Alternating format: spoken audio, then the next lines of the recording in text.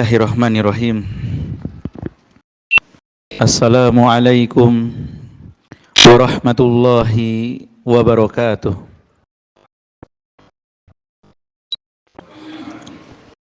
Innal hamdalillah nahmaduhu wa nasta'inuhu wa nastaghfiruh wa na'udzu billahi min syururi anfusina wa min sayyiati a'malina may yahdihillah fala mudilla lah wa may yudlilhu fala hadiyalah.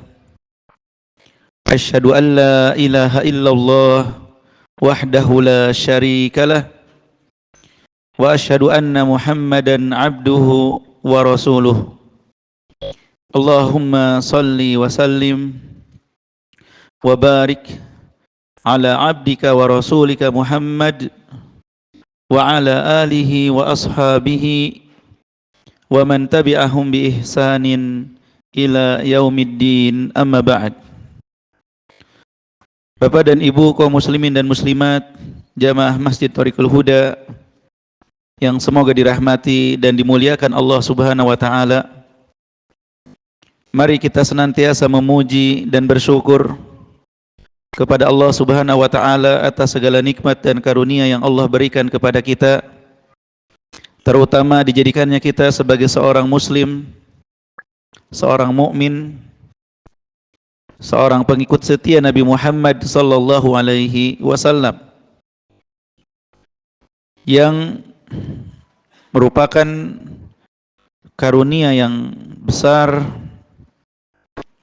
yang tidak diberikan kecuali kepada orang-orang yang Allah cintai dan Allah inginkan kebaikan, serta Allah inginkan bagi hamba tersebut surga dengan nikmat agama berupa Islam, iman, dan juga nikmat sunnah. Kemudian di kesempatan malam ini kita akan kembali bersama-sama mempelajari kitab Al-Adabul Mufrad. Kita sampai pada hadis ke-368, masih babu masih ra'sis sobi, bab mengusap kepala anak kecil. Sudah dijelaskan di pertemuan sebelumnya bahwa mengusap kepala anak kecil adalah salah satu bentuk rahmah, kasih sayang kita kepada mereka. Tentunya mengusap dengan lemah lembut, dengan hati dan perasaan. Dan dalam hadis riwayat Imam Ahmad disebutkan bahwa Rasulullah itu mendoakan, ya, mendoakan keberkahan. Beliau mengatakan sambil mengusap kepala seorang anak, barakallahu fika, ya, barakallahu fik, semoga Allah memberkahimu. Dan bisa kita berikan doa-doa yang lain, doa-doa kebaikan sambil mengusap anak tersebut. Misalnya fatahallahu alaik, atau doa-doa yang baik lainnya. Dan sudah disinggung di pertemuan sebelumnya, perlu kita juga melihat keadaan orang tua si anak. Karena ada sebagian orang tua yang tidak mau anaknya disentuh orang lain, khususnya oleh orang asing. Ya, jadi jangan sampai niat yang baik, amalan yang baik, namun diterapkan pada situasi, kondisi, atau orang yang salah, malah jadi tidak baik. Ya, ada sebagian orang tua nggak mau anaknya disentuh. Mereka khawatir penyakit, mereka khawatir hal-hal buruk lainnya.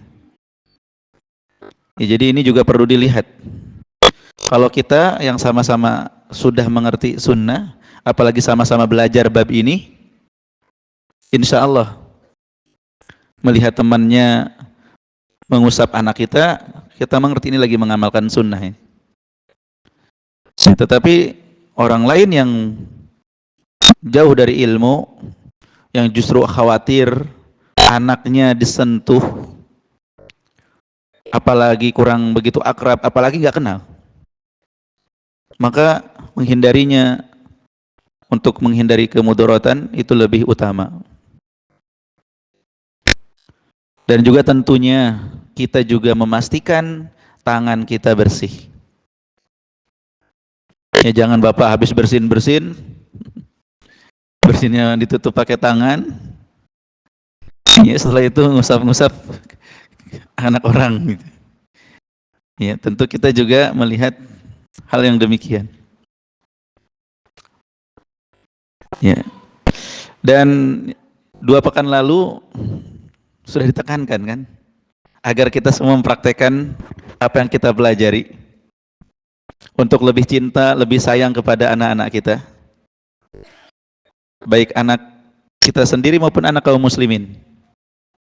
Bagaimana Bapak Ibu? Apakah sudah diamalkan? Di rumah gimana? Sudah tidak ngebentak anak-anak kita? Sudah tidak mencubit, menjewer anak-anak kita? Ya, lebih lembut, lebih sayang kepada anak-anak? Kepada anak-anak kaum muslimin kita lebih ceria, lebih menunjukkan rasa cinta dan sayang kita ke mereka? Sudah berbagi sesuatu, permen, uang atau apa? Sudah tidak lagi dibenci anak-anak? Kalau ada yang pernah gitu ya. Kalau ada yang pernah dibenci sama anak-anak, awas, bapak itu mah galak. Ya, apakah sekarang sudah berubah? 2 minggu ya, 2 pekan ya. Betul, 2 pekan yang lalu. Ya, ini harus dievaluasi. Kita ngaji itu bukan untuk teori saja, tapi kita ngaji berusaha untuk mengamalkan, untuk meneladani Nabi kita yang mulia, Nabi Muhammad Sallallahu Alaihi Wasallam. Beliau begitu sayang sama anak-anak, beliau merangkul, beliau berbagi, mendahulukan anak-anak daripada orang tua, beliau lemah lembut, beliau mencium, dan beliau memegang kepala anak-anak. Maka pengikut sunnah adalah yang lebih utama untuk mengamalkan sunnah, untuk meneladani Rasulullah Sallallahu Alaihi Wasallam. Baik, kita bacakan hadis yang ke-368 dari Aisyah radhiyallahu anha. Beliau berkata, "Kuntu al'abu bil banati 'inda an-nabiy sallallahu alaihi wasallam. Wa kana li sawahibun yal'abna ma'i. Fakana Rasulullah sallallahu alaihi wasallam idza dakhala yanqami'na minhu fayusarribhunna ilayya fayal'abna ma'i." Aku pernah bermain ya dengan boneka di dekat Rasulullah sallallahu alaihi wasallam. Bermain boneka-bonekaan. Sementara aku mempunyai teman-teman yang bermain bersamaku. Jika beliau datang, mereka menyingkir diam-diam darinya. Dalam riwayat yang lain, bersembunyi di balik tirai karena malu kepada Rasulullah sallallahu alaihi wasallam. Mengetahui hal tersebut, Rasulullah sallallahu alaihi wasallam memanggil mereka, mendatangkan mereka supaya udah nggak apa-apa, main aja sama Aisyah. Sehingga mereka pun akhirnya bermain bersamaku. Di dalam hadis ini mungkin belum terlihat syahid dari judul. Mana mengusap kepala anak kecil di sini?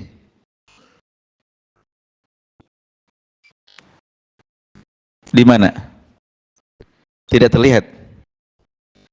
Syekh Abdul Razak hafizahullah dalam Syarah Adabul Mufrad menjelaskan ada dua kemungkinan.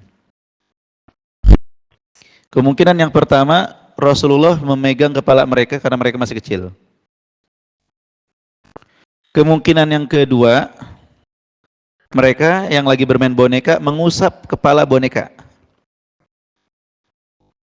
Ya, karena menganggap boneka itu sebagai bayi-bayian mereka. Ya. Kita tahu bahwa Rasulullah menikah dengan Aisyah ketika Aisyah masih kecil berdasarkan wahyu. Dan tidak langsung bergaul sebagaimana suami istri. Ya, nunggu Aisyah besar dulu. Ya, tidak seperti yang dituduhkan oleh orang-orang kafir atau orang munafik yang menuduh Rasulullah pergauli anak kecil. Tidak. Nunggu Aisyah besar dulu. Setelah cukup umurnya untuk ya berhubungan suami istri baru terjadi. Sebelum itu tidak. Dan ini Aisyah sedang masih kecil bermain bersama teman-temannya. Dan al-banat atau boneka-bonekaan yang dimainkan oleh Aisyah berbeda dengan boneka yang ada sekarang. Karena lebih kepada mainan yang berbentuk seperti anak kecil atau ya boneka cuman tanpa mata, tanpa menyerupai makhluk hidup. Ya. Adapun yang sekarang, maka orang tua harus waspada. Selain menyerupai makhluk hidup yang menyebabkan malaikat tidak masuk ke rumah yang di dalamnya ada gambar atau patung makhluk hidup, juga terkadang boneka-boneka yang ada sekarang itu didesain oleh orang-orang kafir sehingga nampak aurat mereka, aurat boneka. Pakaian yang tidak benar menyingkap aurat, pakaiannya sampai paha saja, ya, dan dengan gaya-gaya orang kafir, yang secara tidak langsung sebagian anak-anak itu terpengaruh.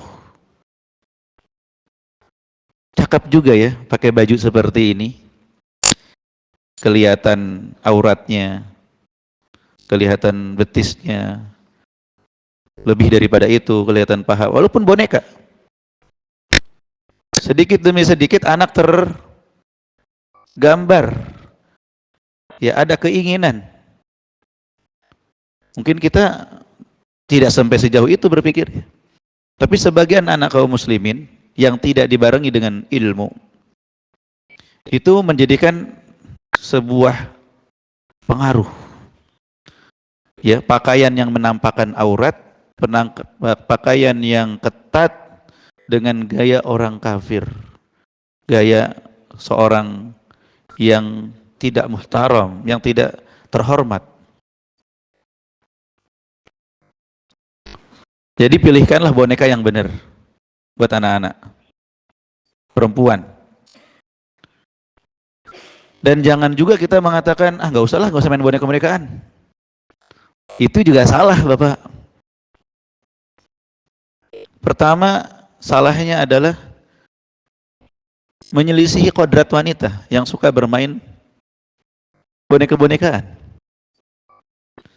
Ya, zaman dulu mereka yang nggak mampu beli boneka itu bikin boneka pakai sarung.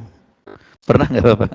Sarung dibuat-buat gitu, ditarik, jadi ada tangan, kaki gitu. Ya. Yang udah tabiat atau kebiasaan mereka. anak-anak. Yang kedua, ada faedah bermain boneka-bonekan itu. Apa faedahnya? Yang pertama, mengajari mereka kasih sayang kepada boneka tersebut atau yang mereka anggap sebagai dedek bayi, anak kecil. Bagaimana coba kita lihat anak-anak ketika bermain boneka? Menggendongnya, merawatnya, kasih minum, kasih makan. Betul tidak? Itu menumbuhkan pendidikan kepengasuhan bagi mereka. Mereka suatu saat akan menjadi ibu, akan menjadi kakak, sehingga punya kesiapan ya sebagai seorang wanita. Jadi satu sisi jangan dilarang, satu sisi jangan juga dibebaskan memilih boneka. Pilihkan boneka yang baik gitu. Ya kalaupun mungkin matanya dihilangkan atau ditutup, ataupun mungkin kita buatkan sendiri boneka yang syar'i, kayaknya terlalu berat ya. Apalagi boneka sunnah gitu ya. Janganlah. Maksudnya boneka yang tidak menyerupai makhluk hidup, yang pakaiannya terhormat, yang baik untuk anak-anak kita, anak-anak perempuan. Ya jika sulit maka beli yang ada tapi kita modifikasi. Ya beli yang ada, kita modifikasi, mungkin pakaiannya dan seterusnya. Ya, ini perlu diperhatikan. Bermain boneka satu sisi tidak dilarang karena ada manfaatnya, satu sisi juga perlu diperhatikan dari kemungkaran-kemungkaran yang ada pada boneka-boneka yang beredar di tengah-tengah kaum muslimin. Dan hadis ini menunjukkan bahwa Rasulullah SAW sangat lembut kepada anak-anak. Ya, ketika mereka bermain, Rasulullah peduli gitu. Ketika lihat teman-temannya menjauh, sembunyi, Rasulullah memanggil mereka. Gak apa-apa, ayo main terus, lanjutin. Dan harus berlemah lembut kepada teman anak-anak kita. Sebagian orang sama anaknya baik, tapi sama teman anak yang bermain dengan anaknya malah agak galak. Sudah, kamu pulang. Mengusir dengan sangat kasar. Daya, ini anak saya mau makan dulu, kamu udah pergi. Besok jangan main lagi deh. Galak sekali gitu. Tidak, harus lembut. Seperti yang Rasulullah contohkan. Ya, membuat mereka tuh yakin dan nyaman bermain ya dengan anak kita. Kalau perlu kita berbagi dengan anak-anak itu. Ketika kita menyuruh anak kita makan, anak-anak teman-temannya sekalian, ayo makan sekalian. Dikasih makan, kasih kue, kasih buah, kasih apa aja. Ya seperti anak kita sendiri. Ya, tidak harus mahal. Tidak harus mahal. Ya, anak kita kasih makan ceplok telur, temannya juga. Ya kalau telurnya terbatas, ya udah dadarin, bagi 4, kebagian temannya. Tidak harus mahal. Berbagi itu tidak harus jadi orang kaya dulu. Ya, untuk menjadi orang yang baik, untuk menjadi orang dermawan kepada anak-anak kita, kepada anak orang lain, tidak harus kaya. Ya, apa yang bisa kita bagi, ya kita bagi. Ya kalau perlu kita beli ciki yang banyak dan murah. Ya, beli keripik singkong, ya makan bareng-bareng. Itu menyenangkan bagi anak-anak. Senang sekali.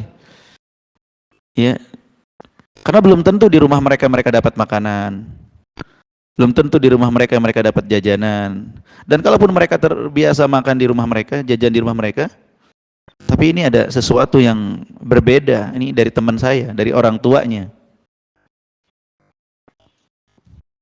Jangan kita tidak peduli dengan anak-anak. Anak mau main apa terserah gitu, enggak.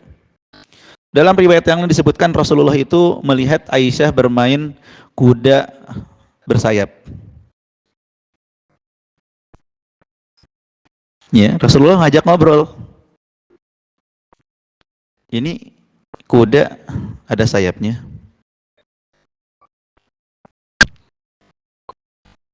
Tidakkah engkau mendengar kuda Nabi Sulaiman?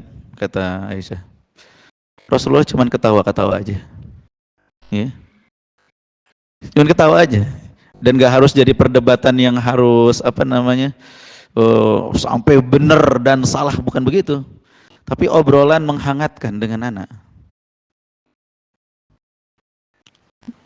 Ada suara apa nih? Dibangunkan. Suara. Oh, adik, masya Allah. Semoga Allah berikan keberkahannya. Kalau bapak-bapak bangunin. Tapi kalau anak kecil gak usah.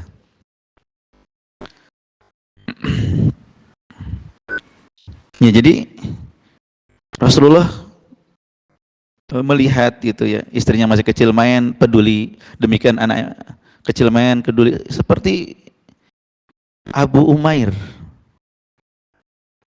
Ya Abu Umair, madza fa'alan Nughair. Abu Umair lagi bermain burung kan, nggak lewat aja Rasulullah, tapi peduli gitu, diajak ngobrol. Nah, kita sama anak-anak kita sudah seperti itu tuh belum? Sebagian orang tua alasannya sibuk, diajak main anak aja sibuk. Nabi sepedahan, udah sono sama teman-teman, Abi sibuk. Abi main robotan sini, Bi. Aduh, Abi udah tua, ngapain robot-robotan? Gak mesti lama ya, 5 menit bersama anak. Walaupun mereka nggak ngajak, kita yang nyamperin. Lagi main apa tuh? Wah, bagus ya mobilnya. Mobil apa ini? Ayah ikutan dong. Abi gabung ya. Sebentar, menghangatkan. Setelah itu kita lanjutkan. Salah seorang ulama, dia seorang imam, mufti, ya. Suatu ketika anak-anak perempuannya itu main-mainan, main rumah-rumahan. Teman anaknya memanggil, gitu. Pak, silahkan berkunjung ke rumah kami, rumah-rumahan gitu. Oh, sekarang waktunya nggak memungkinkan karena belum ngajar dan segala macam. Nah, keesokan harinya ketika main-main kayak gitu tanpa dipanggil lagi, ngetok-ngetok si bapaknya ke teman anaknya. Tok tok tok, boleh saya masuk? Wah, itu anak-anak senengnya luar biasa.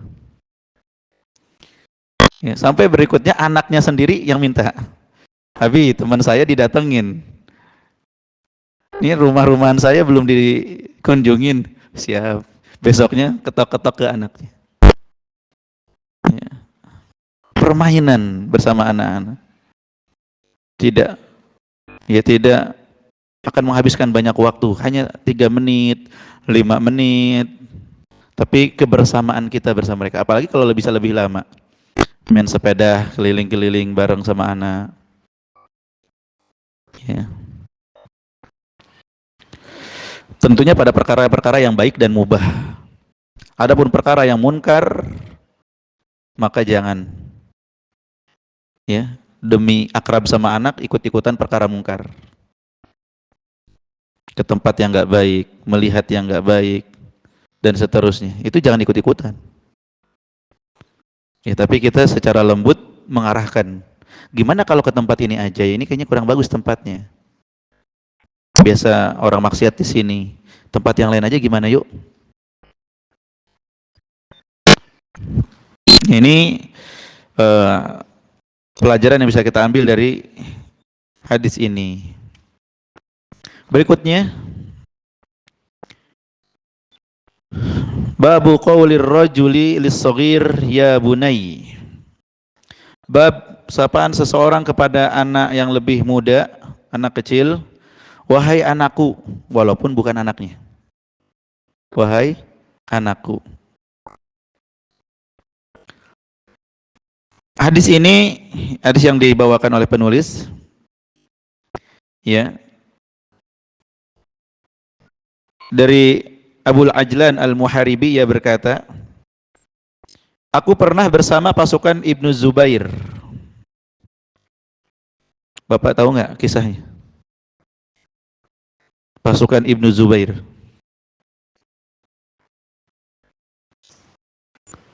Siapa yang tahu? Siapa yang tahu? Pasukan Abdullah bin Zubair. Siapa yang tahu? Kisah Abdullah bin Zubair berperang.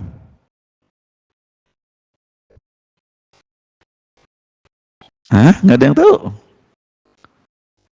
Bapak tahunya apa?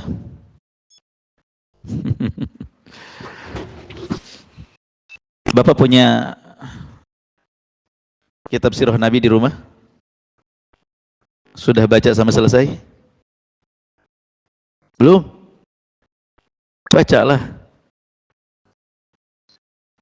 Menyenangkan itu, baca sirah Nabi. Nanti kalau sudah selesai sirah Nabi, baca Khulafaur Rasyidin.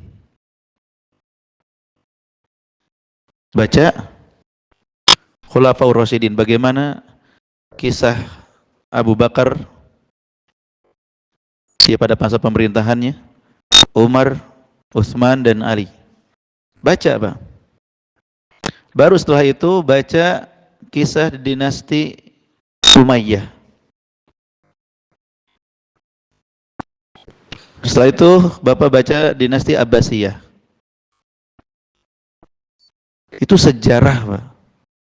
Kita bersyukur sudah dibukukan kisah-kisah itu.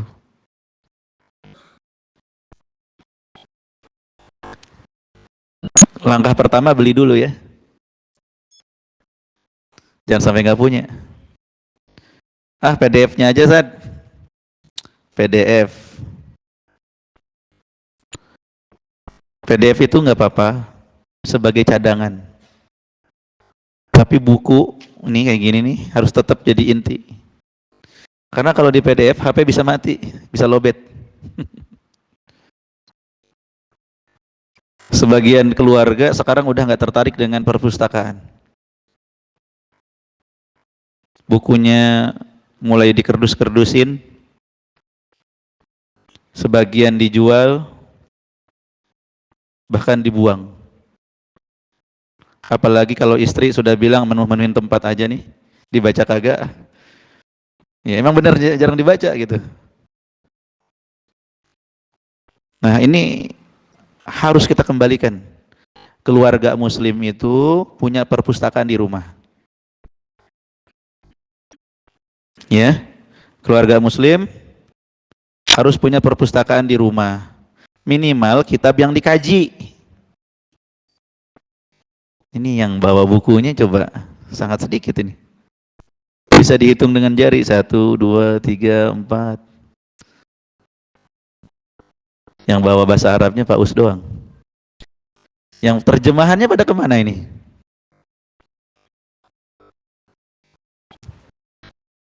Pak Kasman. Nah, banyak duit nggak punya buku? Punya? Di mana? Di toko buku.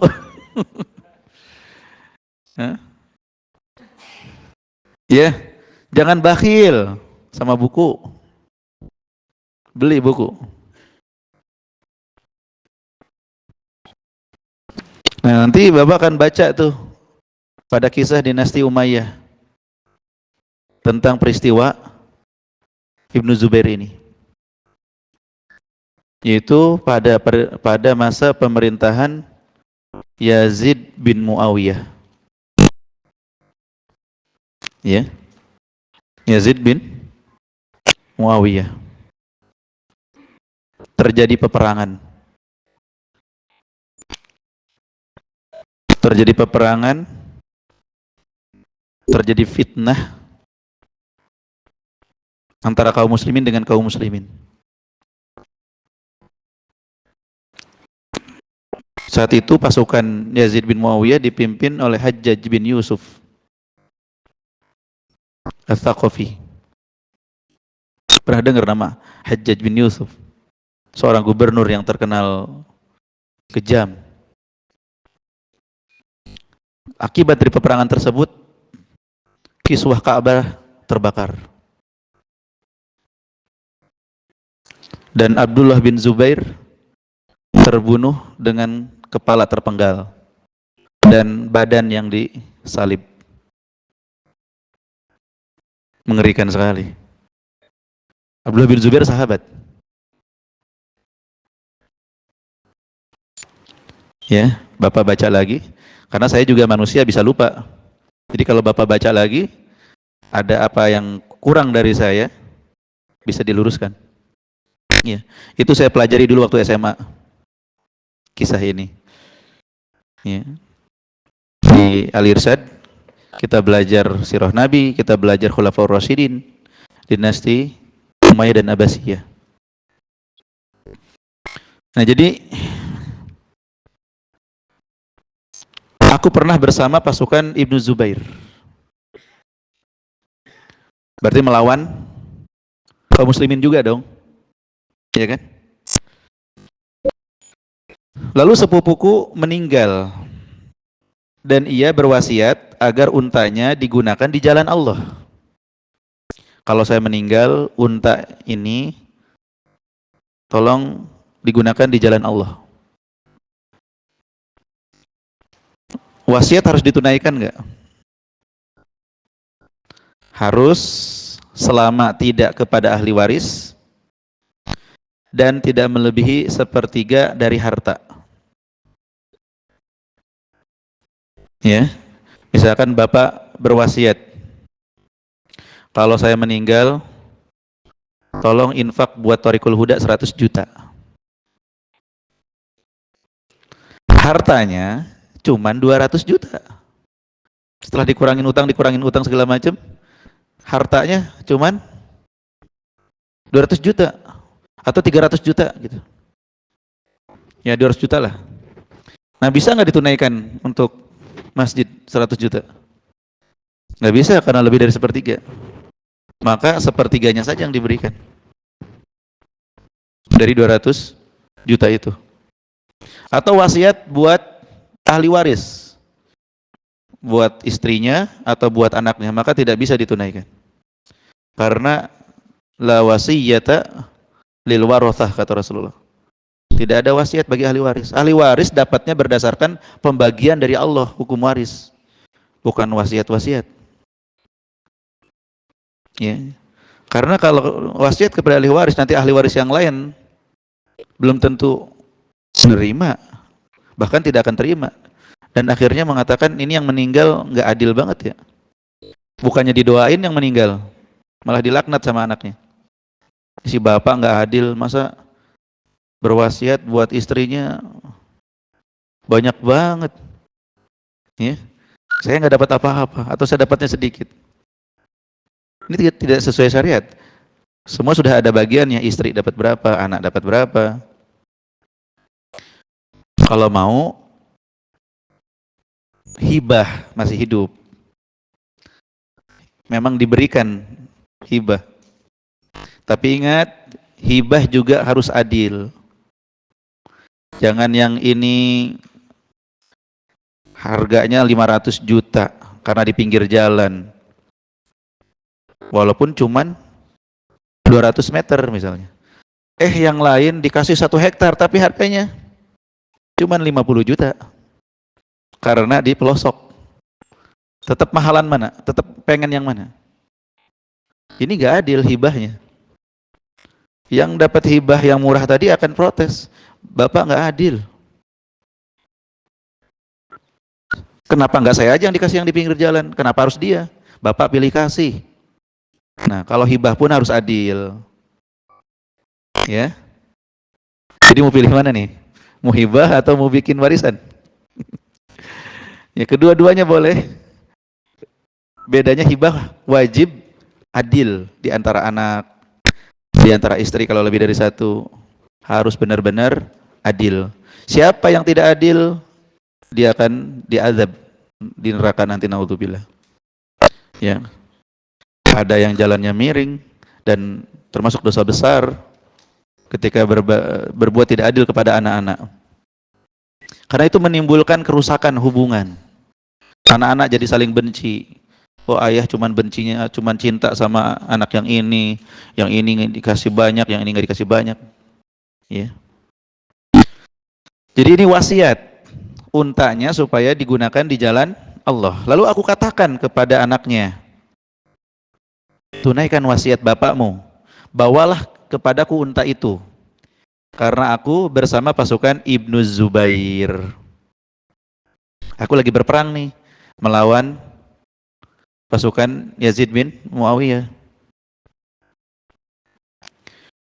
Nanti Bapak pelajari ya, ini kisahnya gimana sih? Seru loh Pak.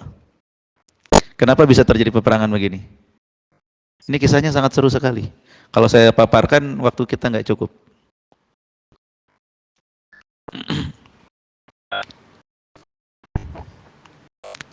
Lalu ia berkata, bawalah aku kepada Ibnu Umar untuk bertanya kepadanya.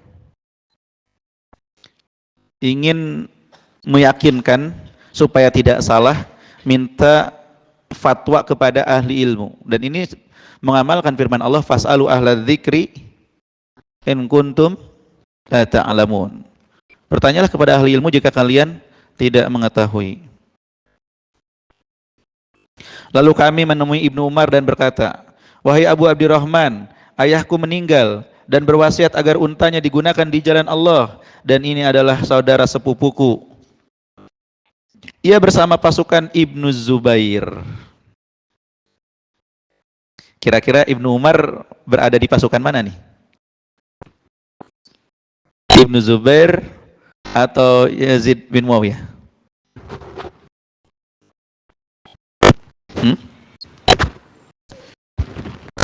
Mekah diserang oleh saudara sendiri yang saat itu pusat kekhalifahan dinasti Umayyah di Syam.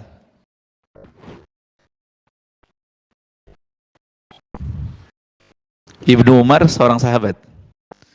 Beliau bersama pihak mana nih?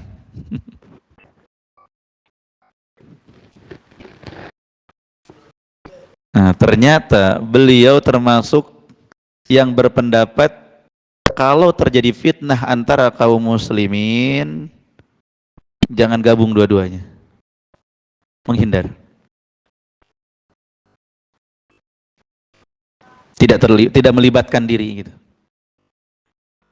Kalau terjadi fitnah di antara kaum muslimin, beliau termasuk yang berpendapat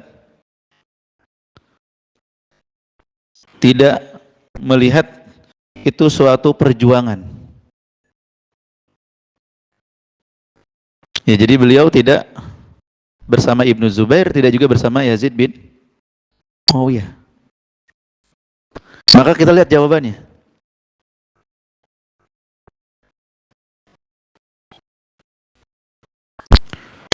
Beliau mengatakan, ya bunayya. Syahidnya ini kalimat ini.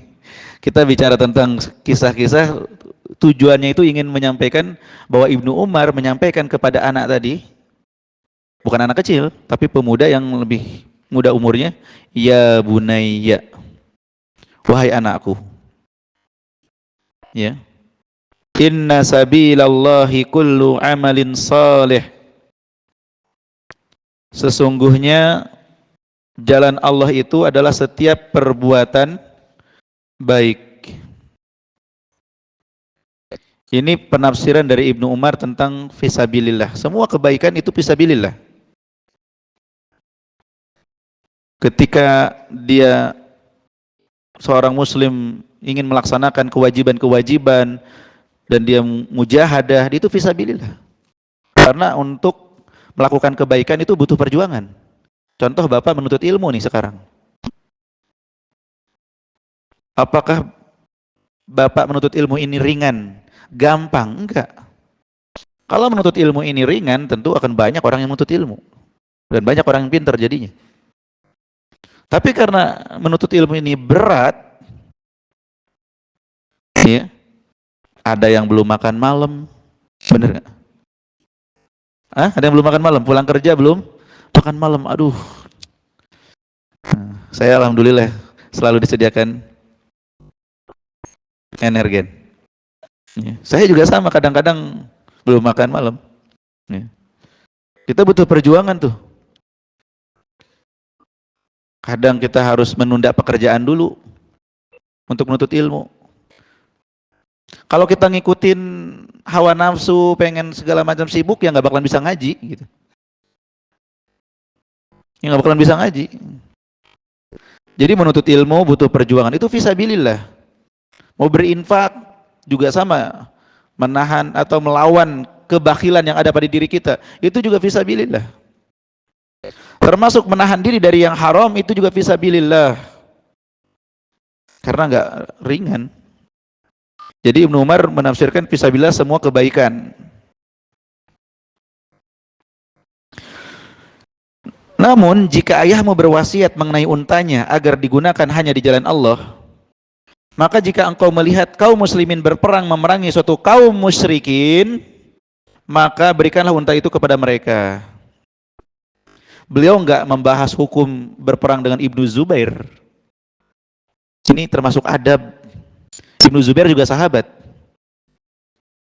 Tapi membicarakan, oh ini enggak syar'i, ini segala macam, itu bisa ribut. Tapi beliau lebih mengarahkan, ya kalau bisa kepada kaum muslimin yang berperang melawan kaum musyrikin. Ya, adapun pemuda ini dan para sahabatnya berada di jalan sekelompok pemuda suatu kaum yang mengikuti siapa yang berkuasa. Ya, jadi intinya jangan kau berikan. Supaya apa? Wasiatnya tepat. Cari aja yang lagi berperang melawan orang-orang kafir, serahkan ke mereka. Itu lebih utama karena ini fitnah. Ya, tapi para ulama merinci. Tidak semua antara kaum muslimin itu kita nggak boleh ikut berperang. Insya Allah di kesempatan yang akan datang kalau saya ingat. Ya kalau saya nggak ingat, saya nggak dosa. Ya kalau ada mau ngingetin, alhamdulillah. Ya rincian bahwa terkadang berperang melawan orang Islam juga disyariatkan. Ya ada dalilnya dari Al-Quran dan juga Sunnah dan juga praktek para sahabat. Wallahu a'lam bishawab. Semoga bermanfaat.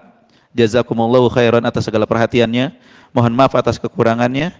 Ya syahidnya ucapan ya bunayya, wahai anakku, kepada anak yang orang lain.